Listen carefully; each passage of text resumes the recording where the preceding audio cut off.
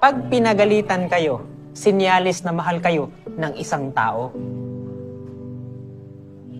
Kasi kung mahalaga ka sa kanya at alam niya na mali yung ginagawa mo, itatama ka niya.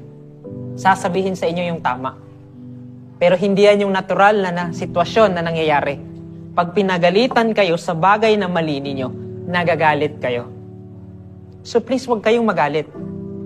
Isipin ninyo, sana ko nagkamali at ano yung pwede kong itama. Kasi itong taong to na nagalit sa akin, mahalaga ako sa kanya. Kasi, ang taong may paki sa inyo, ang ibig sabihin lang nun, mahalaga kayo. At kapag mahalaga kayo, mahalaga. Anong mayroon doon? Mahalaga. Ibig sabihin, pag mahalaga kayo sa isang tao, mahal kayo ng tao na yan. Kasi kung hindi kayo mahal ng nanay o tatay ninyo,